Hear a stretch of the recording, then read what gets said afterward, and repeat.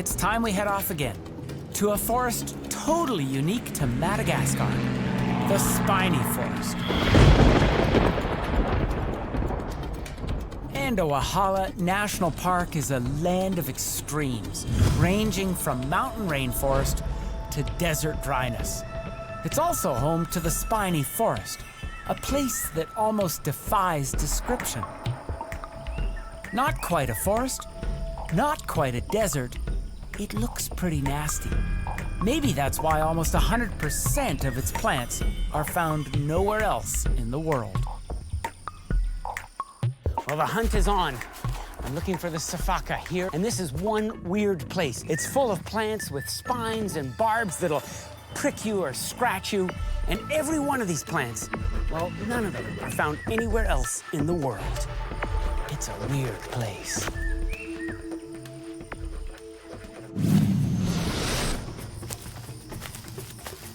Okay, time to get back to business.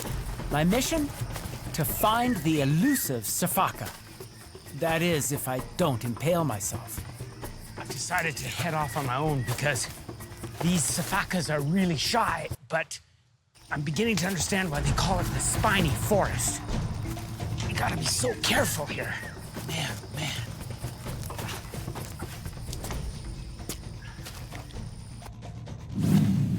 We've got something up ahead. This could be the jackpot. Come on in. We've got some beautiful, beautiful shafaks. This is an incredible opportunity to be this close to wild shafakas.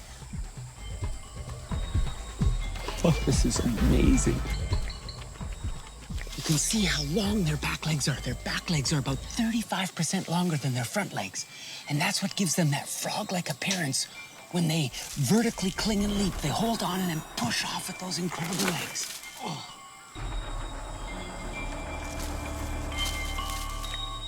And those beautiful forward-facing eyes. Oh, this is fantastic. I have never been this close to a wild sifaka before.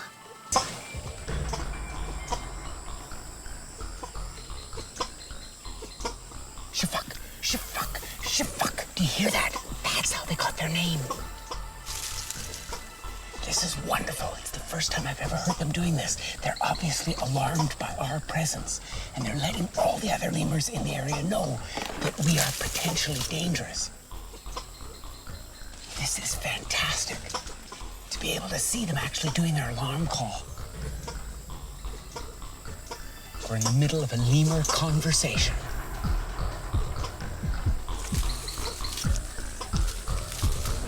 What a day. But wouldn't you know it, just when I thought I had seen it all, Madagascar has another end-of-day treat for me. Check this out. Come here. A whole group of ring-tailed lemurs just came in. Perhaps no other animal is the symbol of Madagascar quite like the ring-tailed lemur, with their long striped tails and fluffy fur coats. There they are. They're moving out. And I can't believe they just showed up. They're just retreating to the forest right now to find a nice place to sleep. And look at this. It looks like I'm part of their pajama party.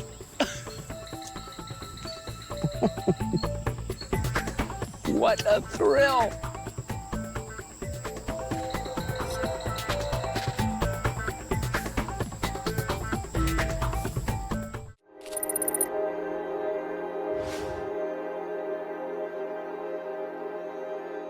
I have literally traveled the globe in search of nature's best. And here, in Western Canada, might be one of the most beautiful and important natural habitats in North America. Stretching along the majestic Rocky Mountains, this is the Eastern Slopes in southern Alberta, Canada. This small piece of pristine wilderness is the last 1% of the northern Great Plains that still has a full complement of wildlife. Animals like the grizzly bear, cougars, wolves, deer, all call this place home. It's also a landscape full of rare flowers and grasses, with many of those species living here and only here. And its importance in the natural world cannot be overstated.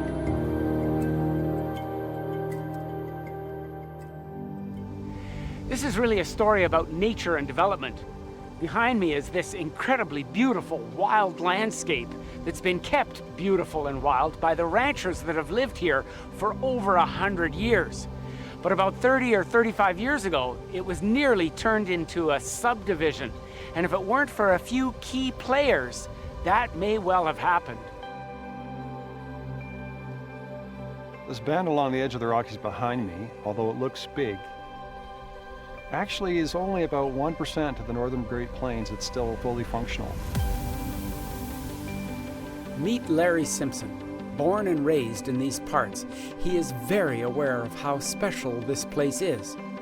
He also works with the Nature Conservancy of Canada, and for the last 20 years, it has been his passion, his goal, to try and save this natural paradise from development. It has a remnant of wildlife populations that existed right from the last ice age until You're going to mug me? I'm not going to mug you. Bears, Is that gorgeous or what, eh? And I believe I can run a decent marathon. Thank you very much. Download Veely now. This is this little tiny piece that's left here, and we're struggling to try and make sure it's available for future generations.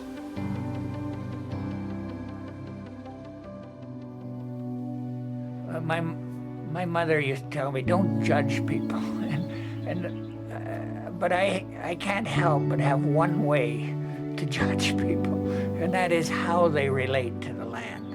It seems such an important thing to me, is how do we really relate to the land? Meet Charlie Russell, conservationist, rancher, and all-around good guy.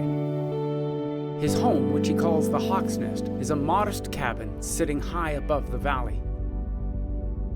Charlie was a part of the very first group of locals who decided to save this area before it was too late. That was 1972. And 40 plus years later, he's still at it. Yeah, I've lived on this land all my life. My grandfather homesteaded here in 1905. The place has always been part of my life, and it's been very important to me because it's taught me how to relate to the land, I think.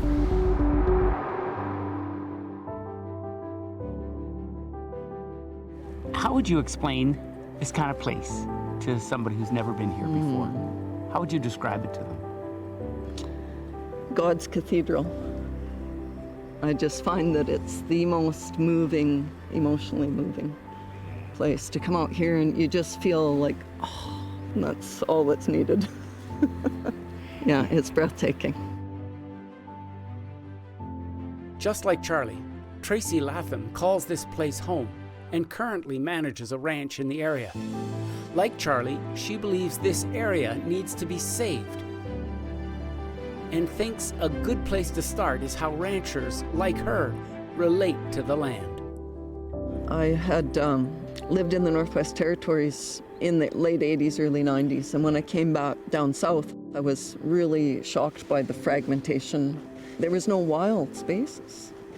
So to find this Front Range is as wild as you'll find down here.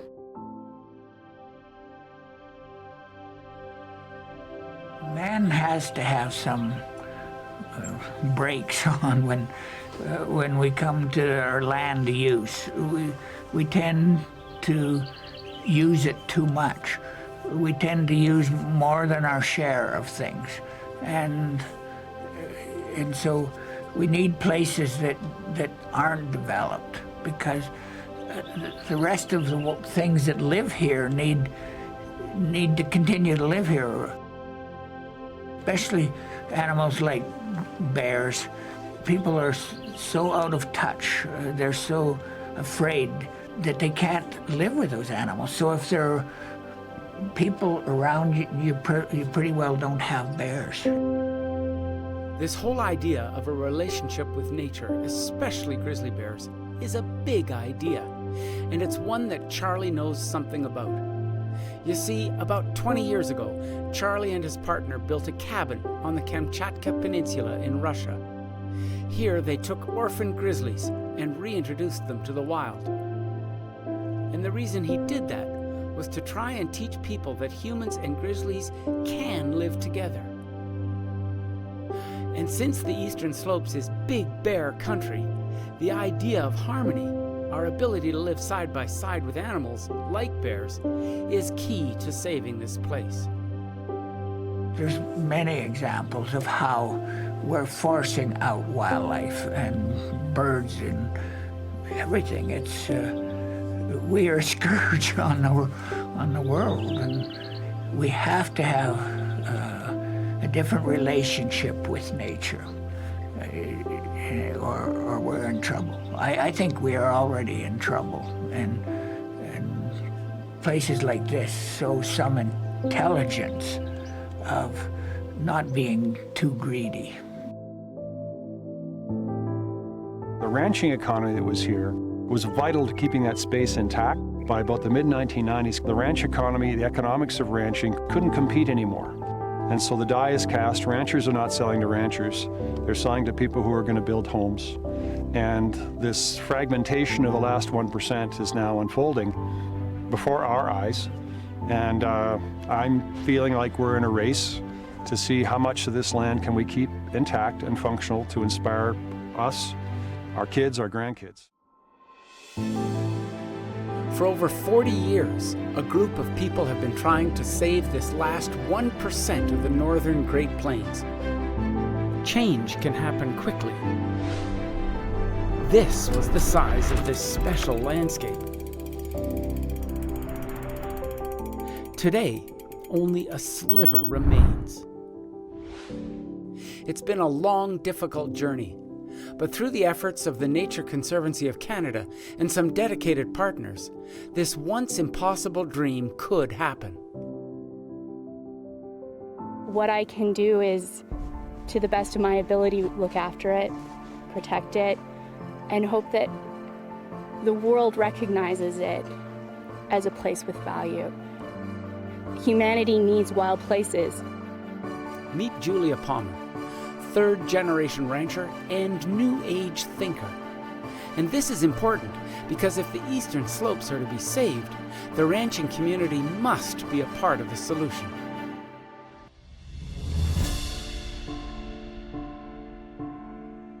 I believe this is incredibly important. I have chosen at this point in my life to really try to make that happen, whether it's through range management practices, working with organizations like Nature Conservancy of Canada, where we try to enhance stewardship, encourage a diversity of species, and look after that whole chain, whether it's how we live with grizzly bears successfully, how we manage for elk, and at the same time earn a living and ranch successfully.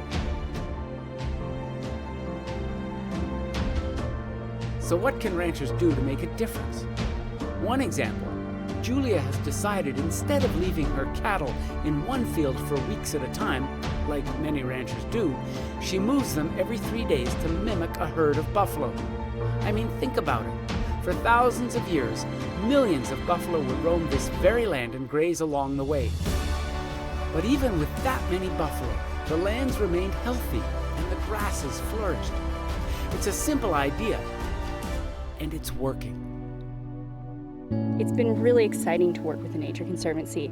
Ranching can be quite isolating in a funny way. You get so caught up on what's happening on your own piece of land or on your own little ranch that you sometimes don't realize there's maybe better ways of doing things. So Nature Conservancy has really made an effort to pull in experts from across North America and even the world to how do we do this better? How do we leave a wonderful legacy?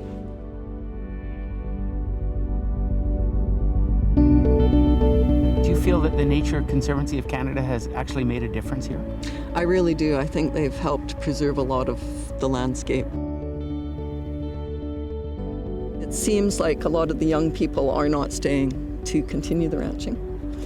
And a lot of the people then are breaking up the ranch and selling it. So I would hope to see in the future the Nature Conservancy taking over more and more of the ranch lands and just making a broader, wild landscape that we can preserve.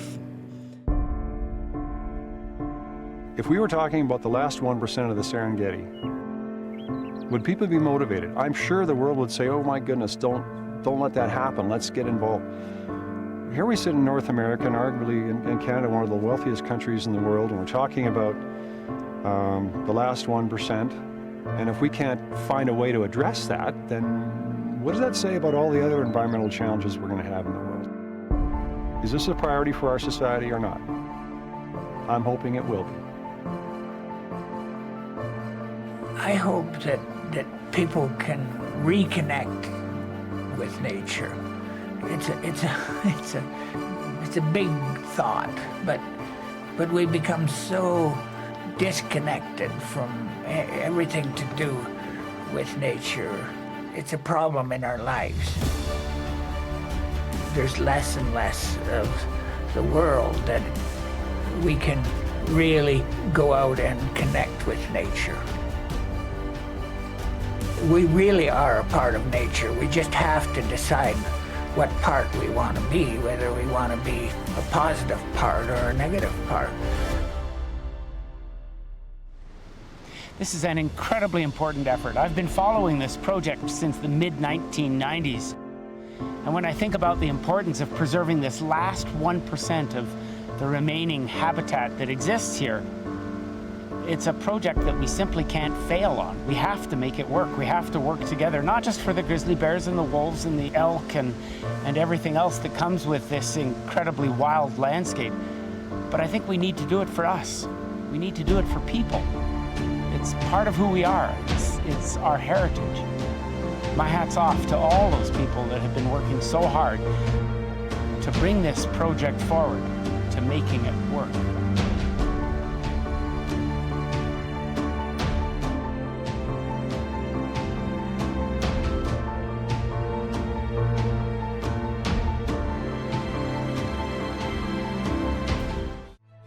We're in Mexico, searching for what some might consider a tourist. A migratory species more familiar to the US or Canada, but it's here that the monarch butterfly spends its winter. Most monarch butterflies have a short life, living a few weeks at best. The monarchs in this forest were born in Canada or the northeastern states, and like their parents and grandparents, they spend the first few weeks of their lives feeding and sticking close to home. Then, one day in autumn, no one knows exactly what triggers or guides them. They take off on an incredible journey, flying more than 3,000 kilometers to a completely different world. This is an astounding experience. I have butterflies all around me. I can hear the gentle flapping of their wings continuously. Monarch butterflies may be the ultimate creatures of habit. Every winter they flock by the millions to the same forests in Mexico. Using an internal GPS that still baffles scientists, it will fly up to 8,000 kilometers across strange territory to a home it has never seen. Every year, a new generation of monarchs flies to this specific region of Mexico. It's a tiny part of the world, about 60 square miles. So tiny, the locals managed to hide it from outsiders until 1975. Now there are 11 designated sanctuaries within this area, protecting millions and millions of butterflies. This is one of the 11 sanctuaries. It's called Sierra Chingua. There's thousands of them crowding every one of these trees. The branches of these fir trees are actually bending under the weight of the butterflies. They are all over the ground, throughout the air. It's as if we were in a cloud of butterflies. The energy expended by a monarch to reach this sanctuary is phenomenal. Remember, this is a creature that weighs less than a paperclip, and it flies about 80 kilometers a day to get here. Pound for pound, it's the equivalent of a human walking around the world 11 times. We're about 3,000 meters above sea level.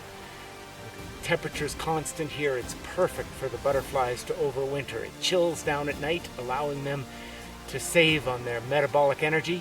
And then during the daytime, it warms up like this, especially at this time of the year, and they go off and find nectar and moisture. They cling to the pines for 5 months, huddling together for warmth. In another month, they'll start migrating north. When temperatures rise, they ride the warm spring breezes to Texas and stop to mate, and the cycle starts once again.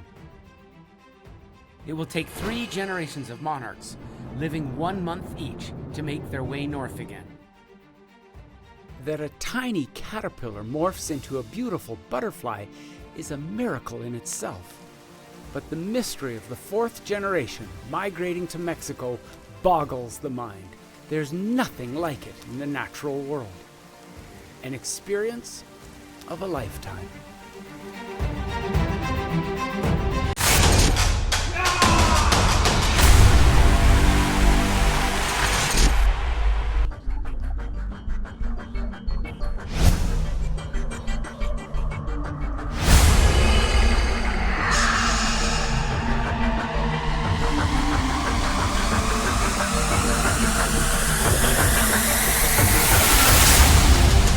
Mount Kilimanjaro, Africa's highest peak.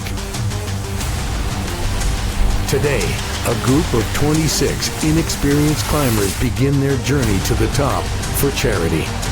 7 days and 70 kilometers of battling difficult terrain, weather, fatigue, injury, and altitude sickness. Soon, they will find out that climbing to the top of Africa is more difficult than anyone anticipated. And climbing such a mountain comes at a price. Who knows how my body's going to react to the extreme altitude. That's the gravy piece of the puzzle, right? And we're going to go give it our best shot. It's scary to think of going up that thing in the dark. The nighttime is going to be a little bit trickier, and I've never hiked at night. I mean, I'm excited, nervous. I feel like I maybe didn't prepare enough because it's not easy up here, not easy at all. The amount of energy they're going to have to put into this effort is going to be monumental. This will be the hardest thing that they've ever done.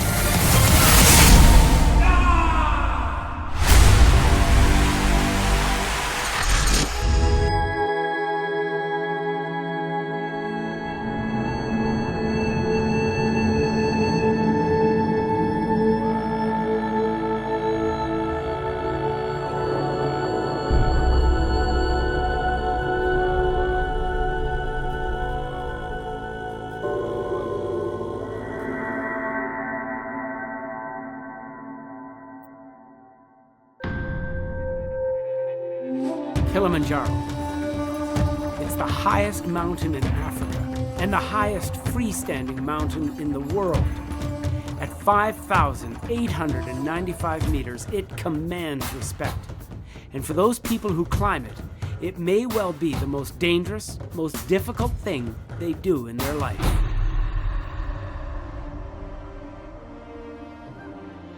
It has always been on my bucket list to climb Kilimanjaro. I just didn't think it was on the horizon or at all, actually. It's just to try to prove to myself that something like this, I'm able to do it. That's why I'm here. It's just a huge challenge and a great opportunity. I think just the challenge for myself and seeing myself work through that. Yeah, that's going to mean a lot. I climbed Kilimanjaro 15 years earlier. Took a bit of decision making because I'm not as young as I was 15 years ago. Last spring, a friend of mine, a really good friend of mine, passed away. She was diagnosed one day and 2 months later she passed away, and I thought, you know what? If not now, then when? 5 years ago, I was diagnosed with fibromyalgia, and I went from a couch potato who had never exercised in his life to going to the gym 4 days a week and losing 30 pounds. Well, I've been hiking all my life, and I thought this was a great opportunity and see if I can make it to the top of Africa.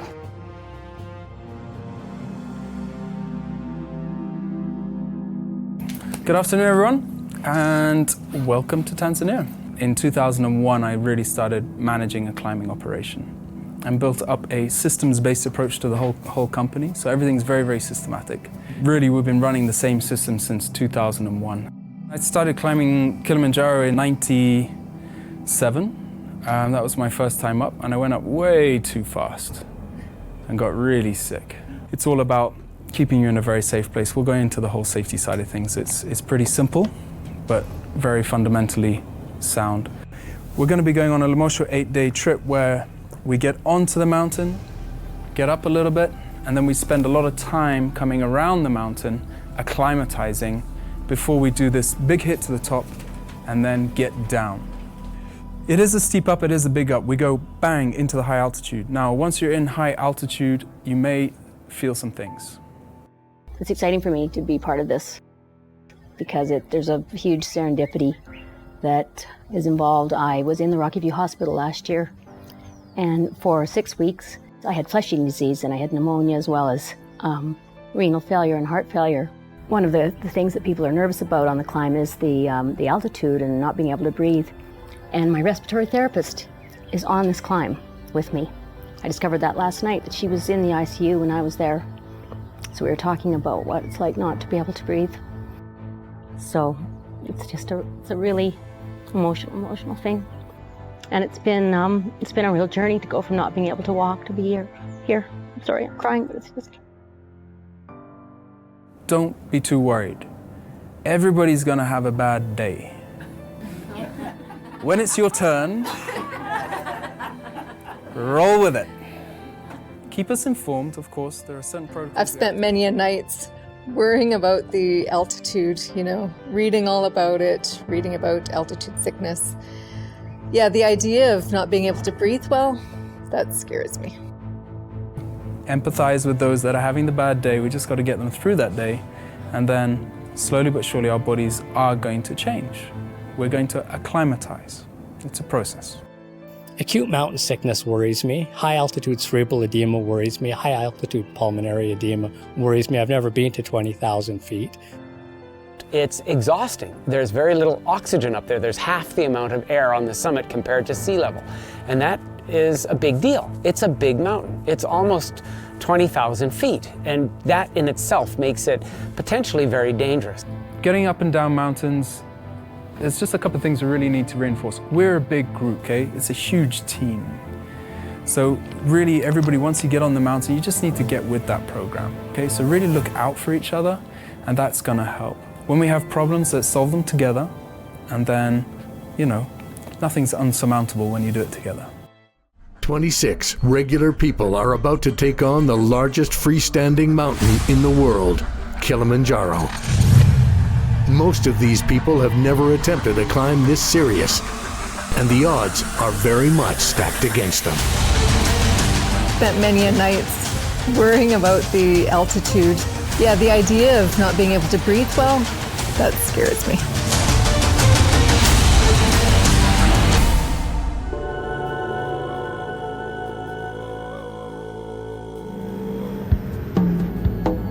The origin of the name Kilimanjaro is not precisely known. Some think it came from local dialects meaning shining mountain or even great mountain. Others suggest that which defeats or which is impossible. We're finally here. It's happening. After over a year of preparations, we're finally on the mountain and it's becoming very real.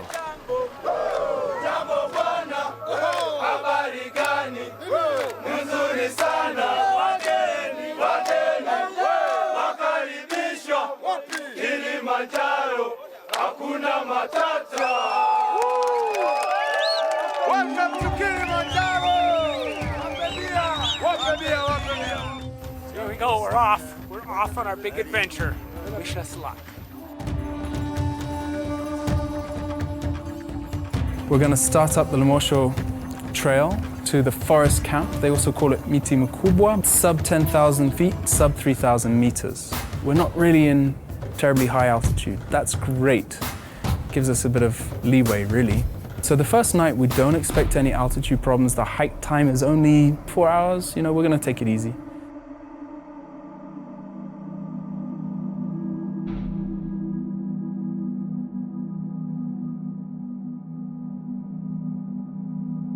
We're going to be walking very slowly. Pole pole, pole pole. It's a mentality here, it's the way to be.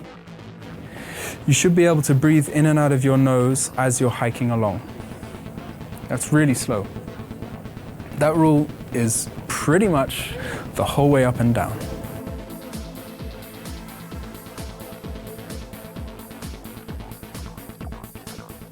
Two just jumped from there.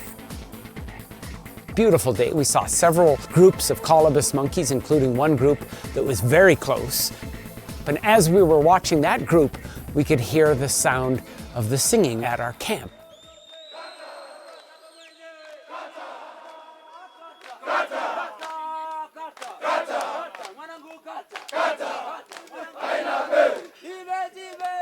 The staff met us with singing and dancing, and everybody's heart just soared.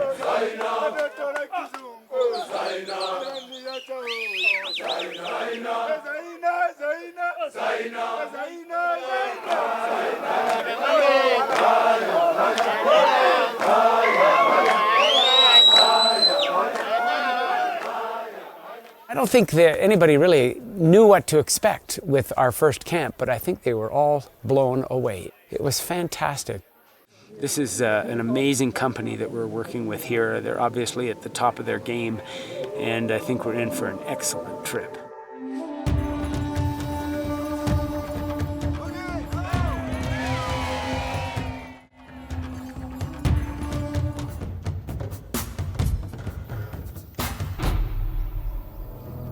There are 7 official trekking routes by which to ascend and descend Mount Kilimanjaro. Shira, Lemosho, Machemi, Umbui, Mweka, Marangu, and Rongai. Kilimanjaro. Karibu nawe Rob, hatuna matata. Karibu nawe Peter, hatuna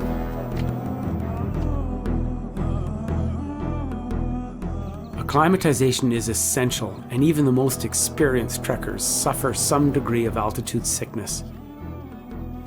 Kilimanjaro's summit is well above the altitude at which high-altitude pulmonary edema or high-altitude cerebral edema can occur.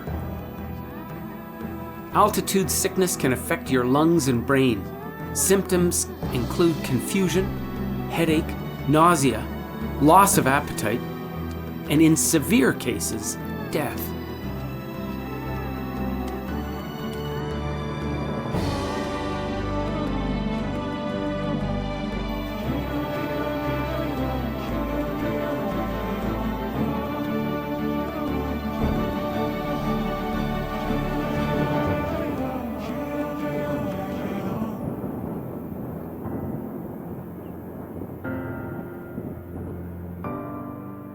Every year, about 1,000 people are evacuated from the mountain,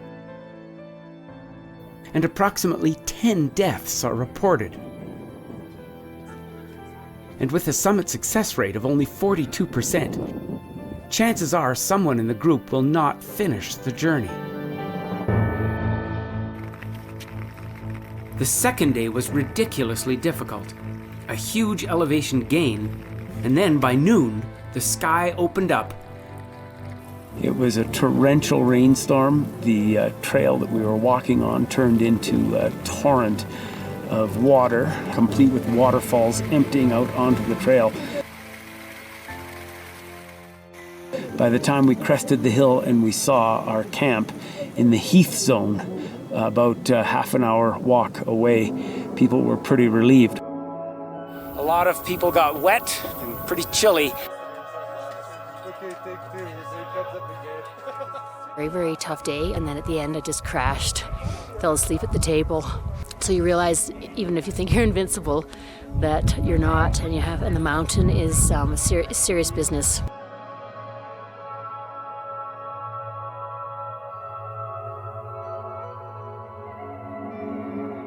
This is the Shira Plateau, and behind me are the edges of what used to be a caldera. So this is a volcano. In fact, Kilimanjaro is made up of 3 volcanoes: the Shira Plateau, Kibu and Mwenzi.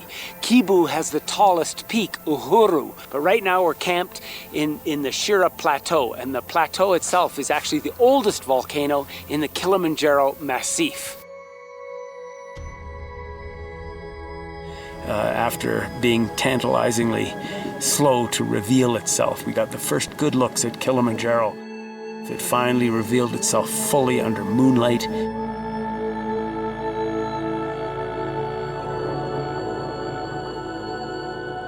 When the sky cleared, we looked up at the mountain and we said, "Oh my God, that thing is so huge. How are we going to get up there?" And Gio had a panic attack, thinking, "This thing is too big. What are we taking on?" But I think we all had a lot of little emotions around that too. The team is starting to feel the effects of such a monumental climb. Torrential rainstorms, altitude sickness, and fatigue. Kilimanjaro is showing its might. And the team's mood has quickly shifted from excitement to dread.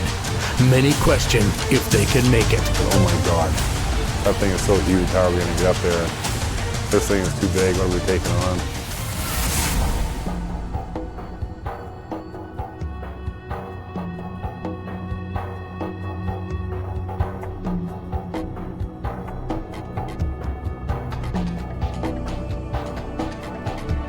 The mountain is so beautiful and it's so huge. It seems so far away, and it's a long way up. This morning, it appears 2 other people are a little bit ill, being affected by the elevation. We're at about 3,500 meters here. Jason actually ended up fainting. It seems that he's being severely affected by the elevation. I was up front running around camp at 100 miles an hour and doing everything else. We were walking and talking, and next thing I knew, I was looking up at them. Now it's like everything I do is like really, really slow. Casey had a hard day yesterday on the trail. After we started walking, it just hit me. All of a sudden, everybody's passing by, and you start thinking to yourself, "What's the issue with him?" And somebody said to him, "Do you get tired of us asking that?" And he said, "No." He said, "It just shows the camaraderie we've all created amongst us. We all want to get to the top together." I guess it's just the body getting used to this high elevation. Ended up a little bit grumpy at the porters, because the porters took his bag and then wouldn't give it back to him. We're now at Camp 3, which is about 3,900 meters above sea level. Not that far above where we were this morning, which is good because everybody's feeling the elevation one way or the other. And now we're going to go somewhere up there towards the mountain. The motto being climb high, sleep low, which is the best way to continue the acclimatization process.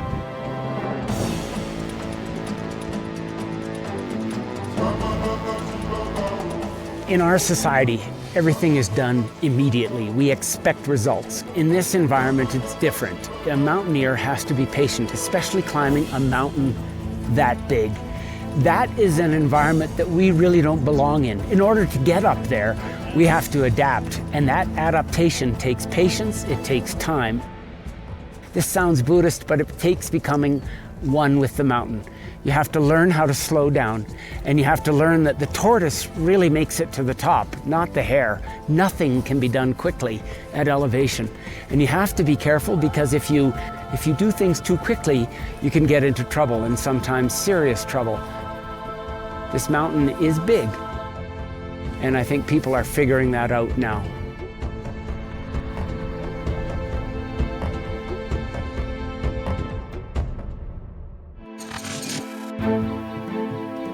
We're at 4,200 meters and we're heading up. Clouds have just come in, nice and cool, perfect for hiking. There's 26 people on the trek together, all doing the same thing for the same cause, that have all grown so close in such a short amount of time. It's a beautiful thing to watch. Feeling a little bit better, which is great, but it's going to be a long day, so just take it one step at a time. We're at 4,300 meters now. We're getting really, really high, and slowly but surely we're making our way up there. It's been quite a slow morning, and the group's split up a little bit, so we're trying to get everybody back together, get everybody on the same page, and then we'll get up for lunch at Lava Tower. 15,230 feet. Highest I've ever been. That's called the lava tower, and it's solidified magma. In other words, it was a bit of magma that came up from the main magma chute that built this mountain behind us, and it solidified before it erupted. It's created this very, very distinguished looking peak. This is only honestly my second hike. Shouldn't tell anybody that, but I didn't know how to use my pack properly. And I was carrying all my weight for the last 4 days on my shoulders. So now that it's all in the hips, it felt 110%. Good things to come.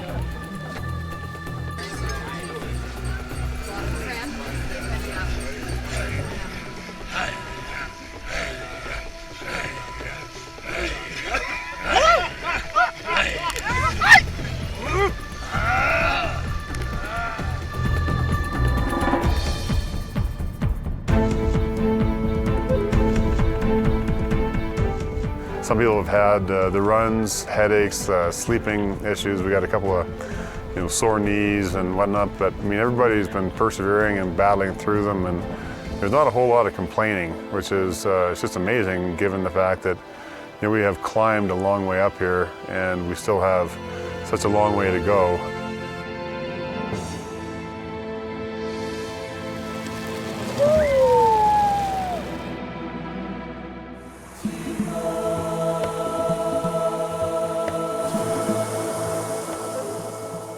Hoofed her down 2,250 feet. We came down a long way through what was an absolutely amazing valley, which is actually a faulted valley.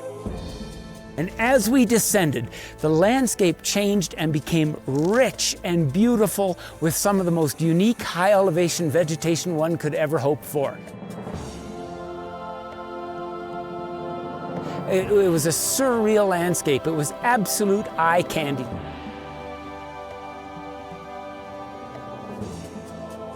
Now we're at Barranco Camp, located just below 4,000 meters. The sky is starting to clear. We're getting glimpses of the summit of Kilimanjaro now and again. I can guarantee you everybody's going to sleep well tonight. On Mount Kilimanjaro, a group of 26 people climb the mountain for charity. In the past 5 days, they have battled personal injuries, fatigue, weather, illness, as well as altitude sickness. But few challenges are as dangerous as what's to come. The Barranco Wall. 250 meters of near vertical climbing on slippery volcanic rock. I hope I'm ready. Physically, just being able to get up there, that's going to be a huge hurdle. I hope I can make it.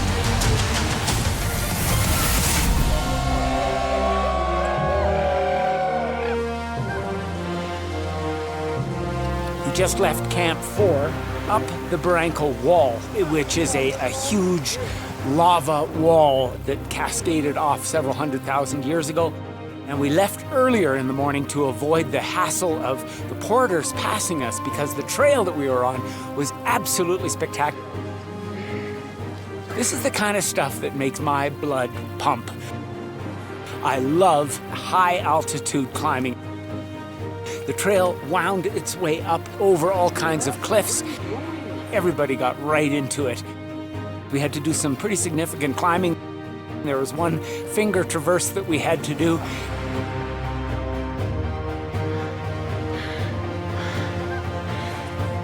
The Barranco Wall, 257 meters straight up. And to many people, this will be the biggest challenge yet. A vertical wall that offers some amazing views and some very real exposure.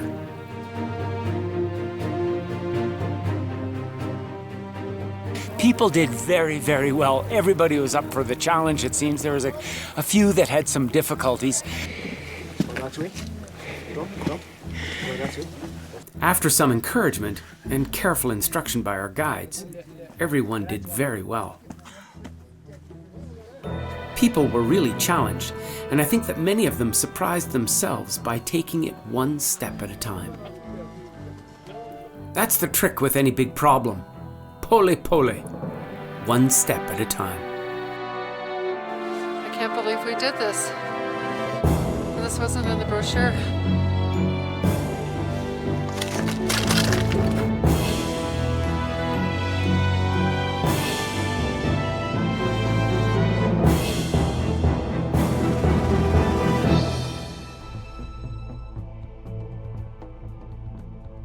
have forgotten just how profoundly beautiful this mountain is.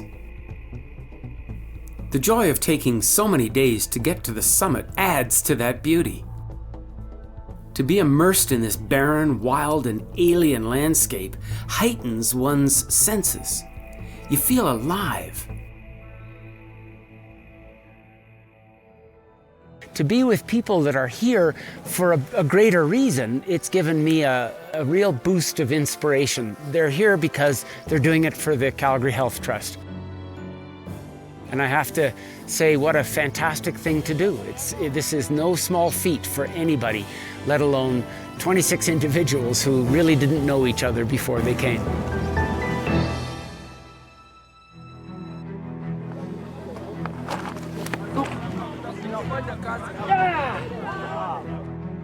We had a very special evening. We all prepared basically for the ascent. So we dressed up in exactly what we're going to dress up to go up that mountain. And we had a bit of a discussion beforehand. And then your backpack's gone and you've left it. That sort of thing, you just flip open the lid and take a drink. If you allow your brain to sort of just be at one with the mountain, think about the wind, think about the cold, enjoy the cold, enjoy the wind, be at one with the mountain, erase negative thoughts.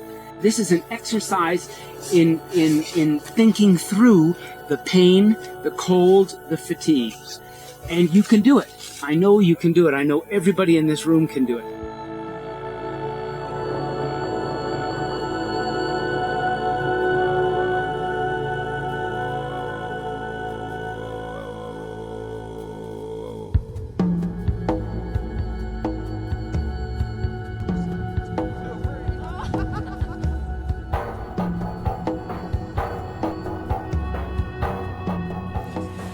The last couple days have been good, but I think today it got pretty real for me. Some people had to go down from another group, and I think that kind of pushed a little bit of reality onto me that this is a serious thing with a lot of altitude and a lot of things that could potentially happen. I'm just trying to reflect on that and stay positive.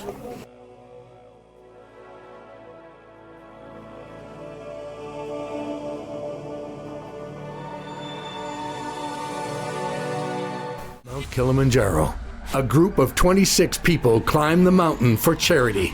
With day 6 behind them and emotions running high, everyone is excited. But some of the climbers are starting to falter. Injury, illness, and fatigue are wearing everyone down. And tonight, they will push on for the summit. This is rough. I'll be honest, there was times there that I didn't think I'd be standing here right now. If you're gonna have a bad day, it's good that they're behind me.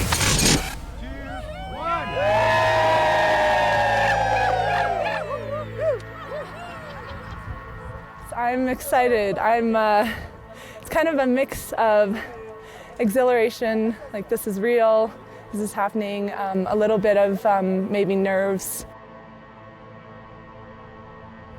We kind of made it, right?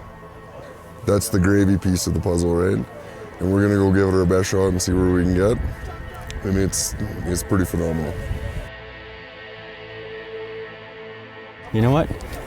Tomorrow hopefully is a great day, and whatever we achieve, we've achieved so much so far that you're grateful for everything that's happened. It's been an awesome experience. It's been quite an experience for me. I've never climbed this much ever, never done anything this high. I've never been in this altitude. I have people at home that have encouraged me to do this, and I'm going to do it for them. It's scary to think of going up that thing in the dark, but one foot in front of the other, and we'll be at the top soon.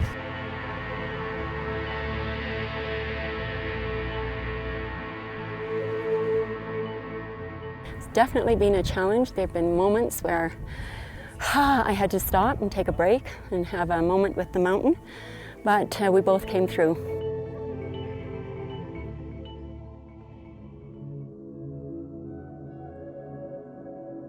This is probably one of the tougher adventures I've been on. It's a tough one, both emotionally and physically. Looks good, doesn't it? Yeah, I can't wait. I mean, I'm excited, nervous, not scared. I just want to make it. I just don't want to get altitude sickness, pulmonary or cerebral edema that would prevent me from reaching the top. About 4 days ago when we saw it, it looked completely frightening, I'm not gonna lie. It looked like a monster, and it's amazing that we've made it here. Maybe a few days where you just have an upset stomach, and whether that's the nerves or the altitude, I'm not too sure, but I'm not as much nervous anymore. It's more excitement. I'm looking forward to tonight. It's going to be probably the coolest experience of my life up to this point.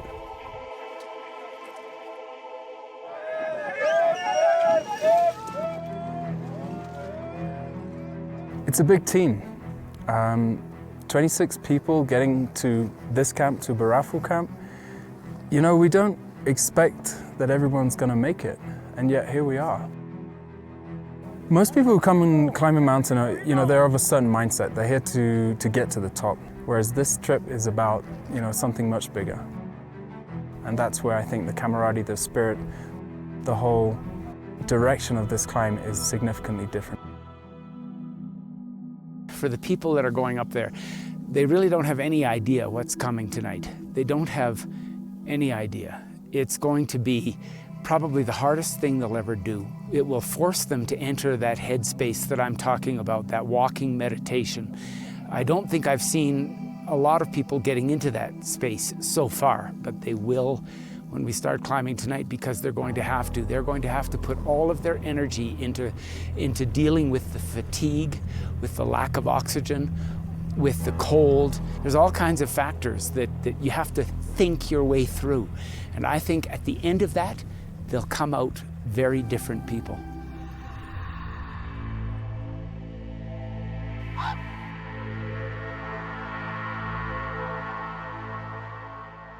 Amazed that everyone's spirits are so high, and we're all here, and hope everyone can pull together and support each other and get us all up the mountain. It's now day 7, and all 26 climbers have made it to the final leg of the journey. They are extremely exhausted, but they've made it. But now, what lies ahead might be too much for some. Everyone is exhausted. Everyone is on edge, because tonight they will push for the summit in the dark. That's the gravy piece of the puzzle, right? And we're gonna go give it our best shot. Who knows how my body's going to react to the extreme altitude. It's scary to think of going up that thing in the dark. Yeah, the nighttime is going to be a little bit trickier, and I've never hiked at night. I just want to make it. The amount of energy they're going to have to put into this effort is going to be monumental. This will be the hardest thing that they've ever done. We're heading up the iconic symbol of Africa, Mount Kilimanjaro, and we're starting tonight at midnight. It's going to take us 6 hours at least to get to the rim, and another hour to actually get to the real summit of Kilimanjaro. A little bit of lightheadedness. It's good walking without the lights. Enjoying the moonlight.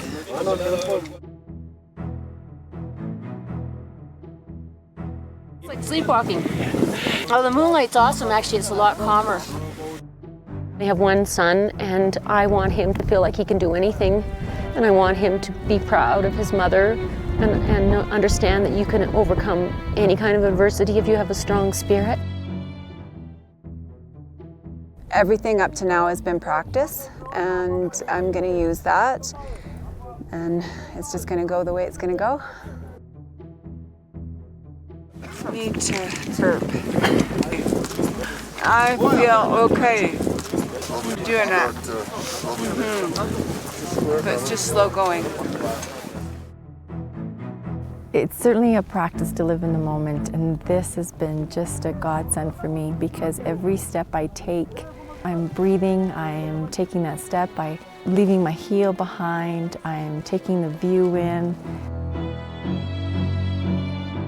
I feel like I've maybe didn't prepare enough. I didn't realize the the magnitude of such an adventure like this, because it's not easy up here, not easy at all.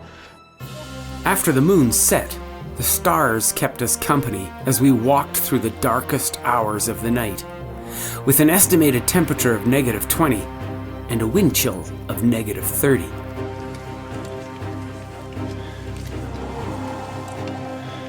A little bit cold, but just got to keep moving forward. Now we're back with the group. It's going to be easier than being way behind. You know, I used to work for a company and we had a slogan, "The buck stops here." So when I get to the top, I got a money clip that has $1, a loonie welded to it. The buck stops there and it's staying up there. I think the biggest challenge we've had here is weather. You know, on day 2 we had tough weather, and then waking up to sleet and hail today was tough.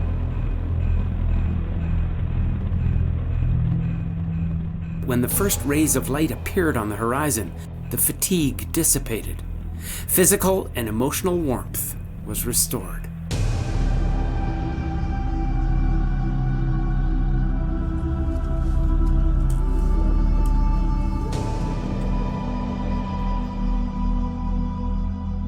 It's like this opportunity's been pretty phenomenal.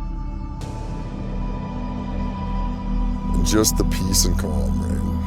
It's like there's a lot a guy's just gonna leave behind here.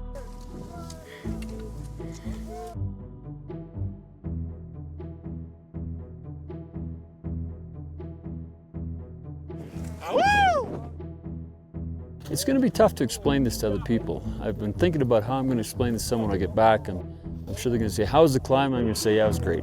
Because I think unless someone's done it, it's going to be tough to relay. It's going to be tough to relay that story to other people.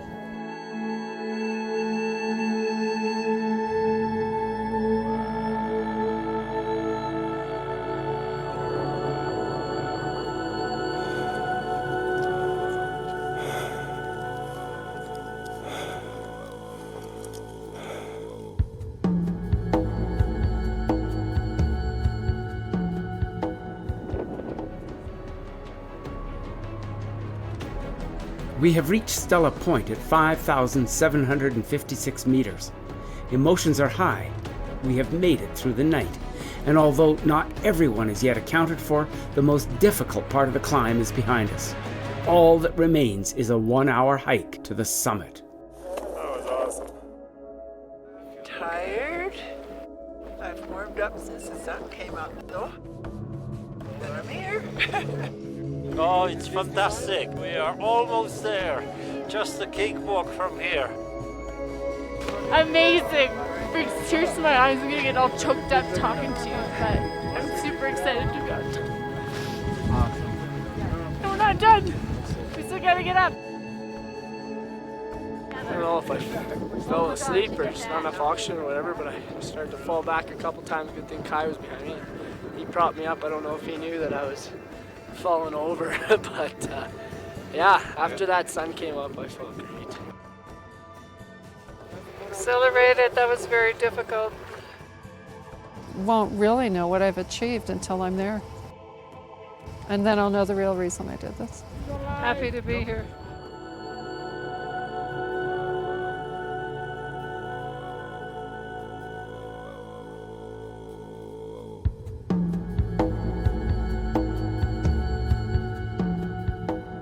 This has been a dream of mine for a long time, and what I want my grandchildren to do is follow their dreams, you know, just make it come true.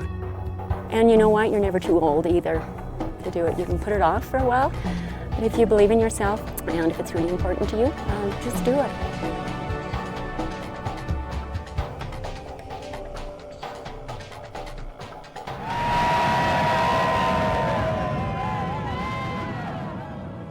We made it.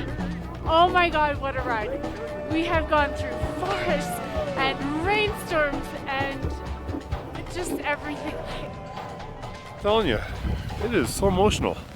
To do that last climb was just so tough, and to get everybody to the summit was unbelievable. I can't believe we all made it. First it was the headache, the nausea. I drank 2 liters of Gatorade and then vomited, I forget now if it was 3 or 4 times on the path, and thank goodness for Oka and all the guides to push me along and encourage me and take my pack and singing to me. It was very heartwarming. The buck stops here, I'm leaving it on the top. Going over here. Buck stops with you. It's a project that I've embarked on, and I'm going to finish it. I'm going to leave the buck up there. I feel elated. I don't know how to describe it. It feels great to be here. I've lost both of my parents in recent years. I feel their spirit and their love and support. I feel at the summit that they'll be with me. It's been awesome. It's just been amazing. You can achieve anything you want to achieve in life.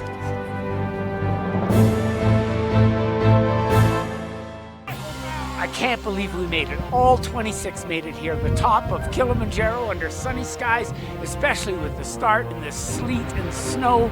It cleared off. The stars were beautiful. The moon was fantastic. Now we're here, but I gotta tell you, I gotta get the hell out of here. I'm getting a splitting headache. It's time to go.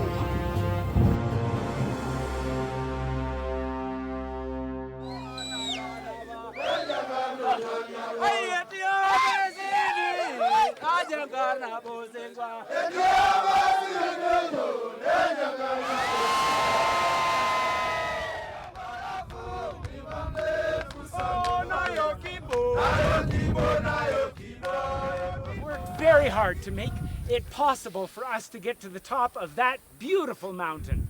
And from the bottom of our hearts, we thank you.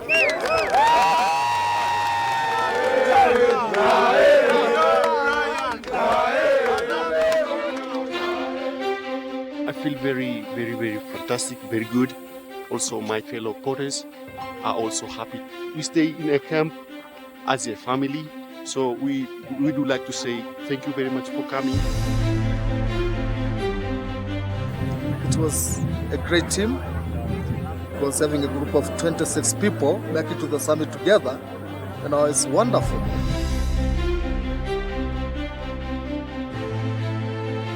We pushed you and we kind of tried to lie to you, telling you it's easy so that you can make it up to the top.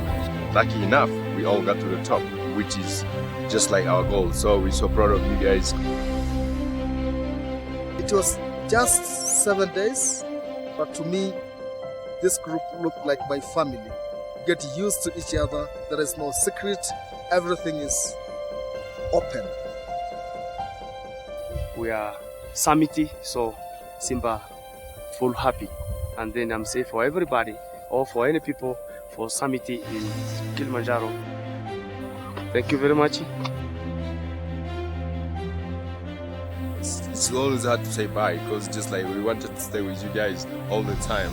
So we need you back. Chapa malapa, chapa malapa, okay? You know? Bye.